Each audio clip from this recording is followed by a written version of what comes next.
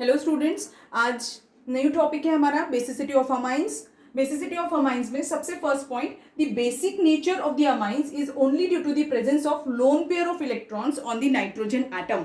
Nitrogen atom के ऊपर जो लोन पेयर्स हैं, सिर्फ उसी की वजह से बेसिसिटी होती है अमाइंस के केस में। Basic strength of amines is expressed in terms of KB. Ionic equilibrium chapter में आपने ये केबी पीकेबी रिलेशनशिप भी पढ़ी हुई है।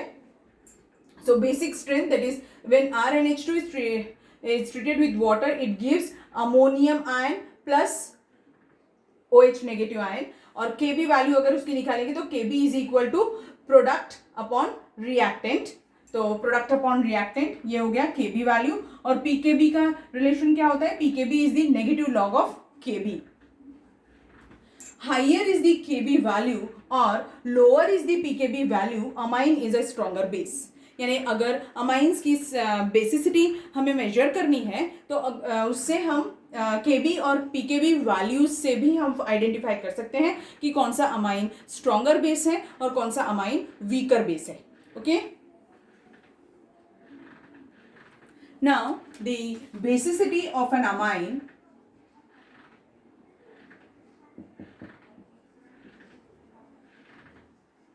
depends on three important factors.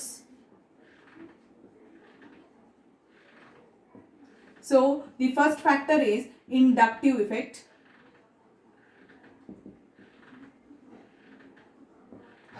Second is steric hindrance.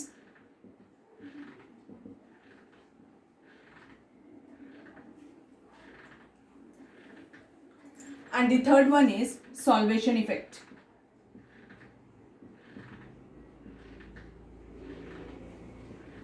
One by one हम सभी देखेंगे। सो बेसिसिटी कैसे पूछी जाती है? First, in gaseous face.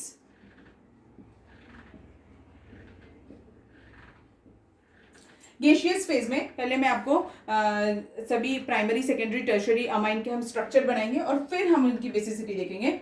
So ammonia,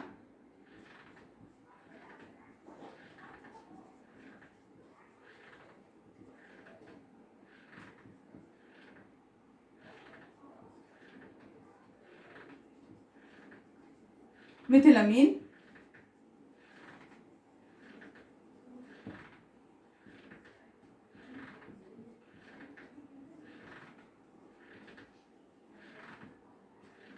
dimethylamine, this one is primary, this one is secondary,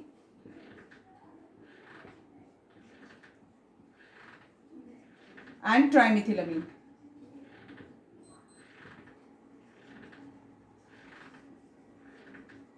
And this one is tertiary amine।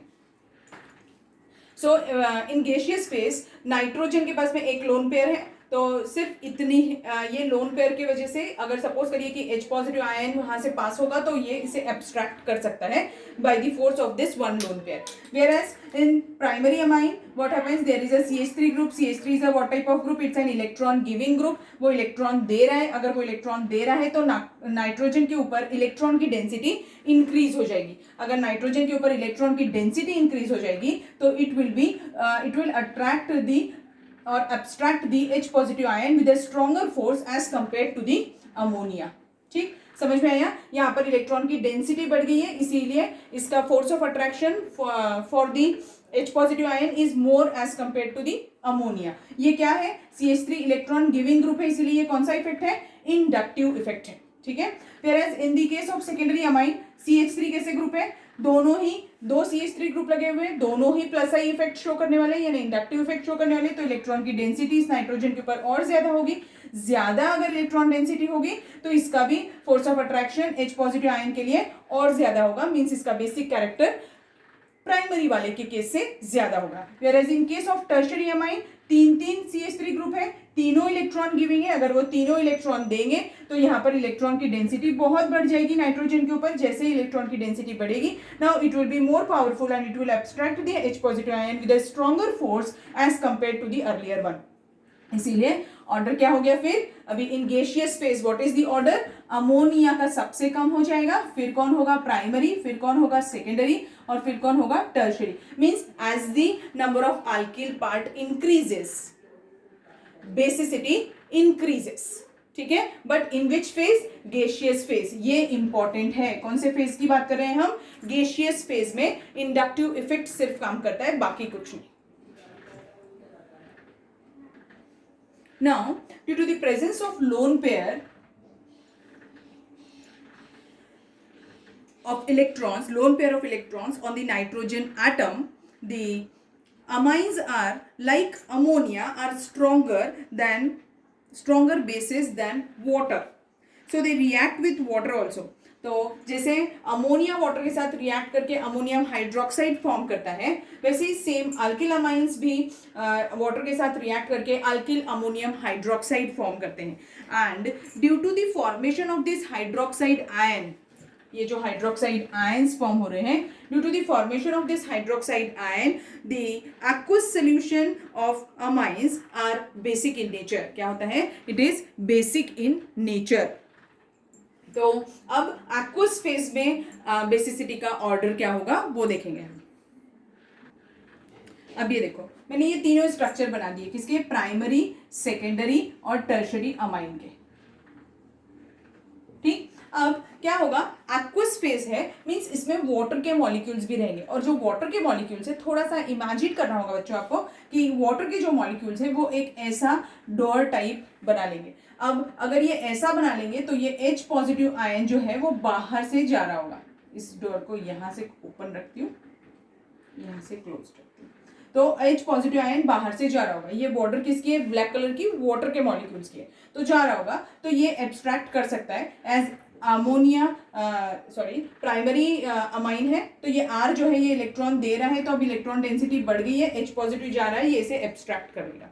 Where as in case of, यानी water molecule से इसके एब्स्ट्रैक्शन पे कोई फर्क नहीं पड़ रहा, वो एब्स्ट्रैक्ट कर सकता है, वो आ सकते हैं। Whereas in case of secondary amines, secondary amines में कैसे है, मैंने पोजीशन यहाँ पे दोनों R की यहाँ रखी है, पर मैं इसको ऐसा भी लिख सकती हूँ।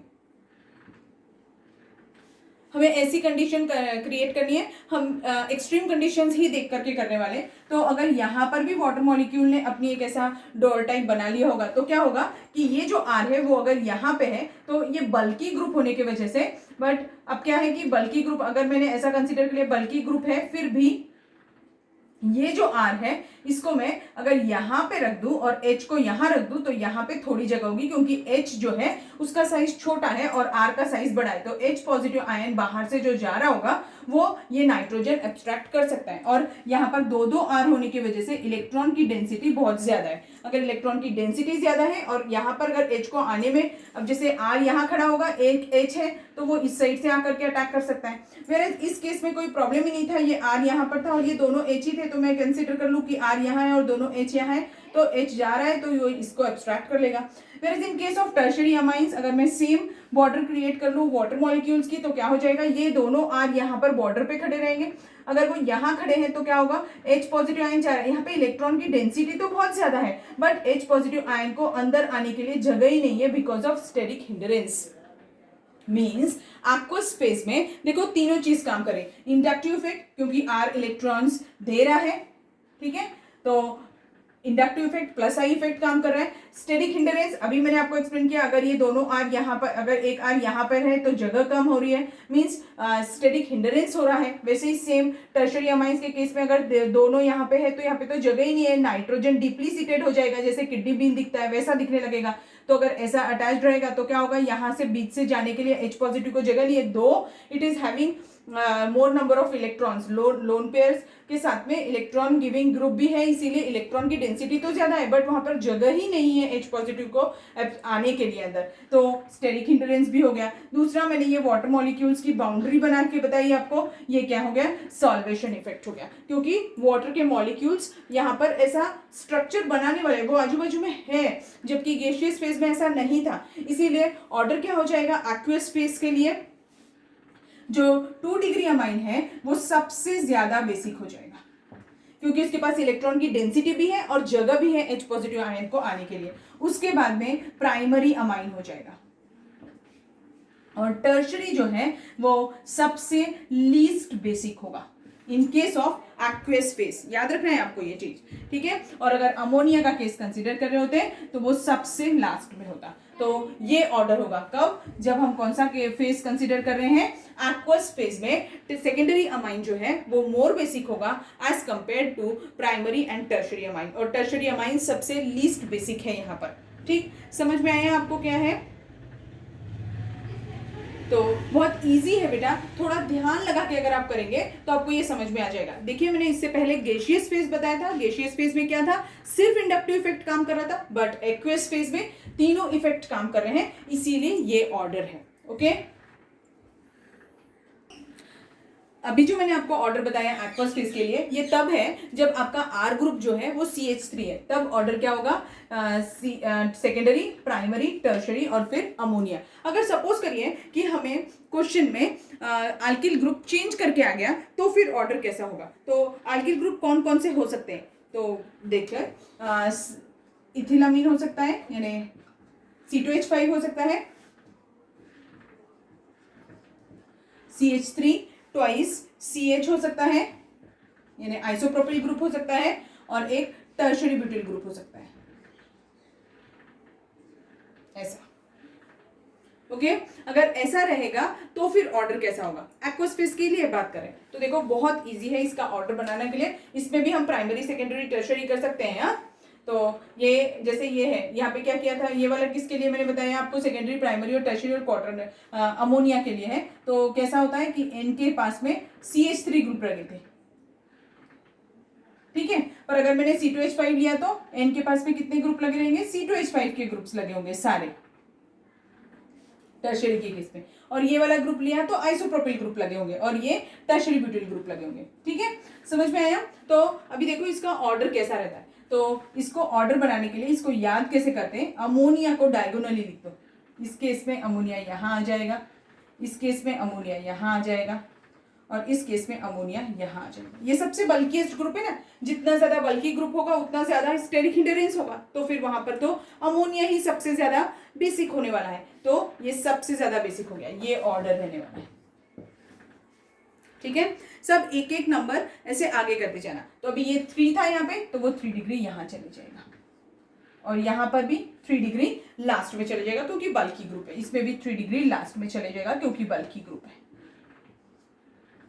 ऐसा हो जाएगा। ठीक है, अब यहां पर कौन आएगा, तो 3 के बाद में इधर को उसका आएगा 2 डिग्री आएगा। ठीक, और ये बल्की ग्रुप था इसीलिए यहां पर प्राइमरी, बट एक साइड पर इसमें थोड़ी बहुत जगह है इसीलिए हम प्राइमरी को फर्स्ट प्रेफरेंस दे रहे हैं, और इस केस में क्या हो जाएगा, अमोनिया के बाद में प्राइमरी और फिर सेकेंडरी, और इस वाले केस में क्या हो जाएगा, सेकेंडरी और प्राइमरी।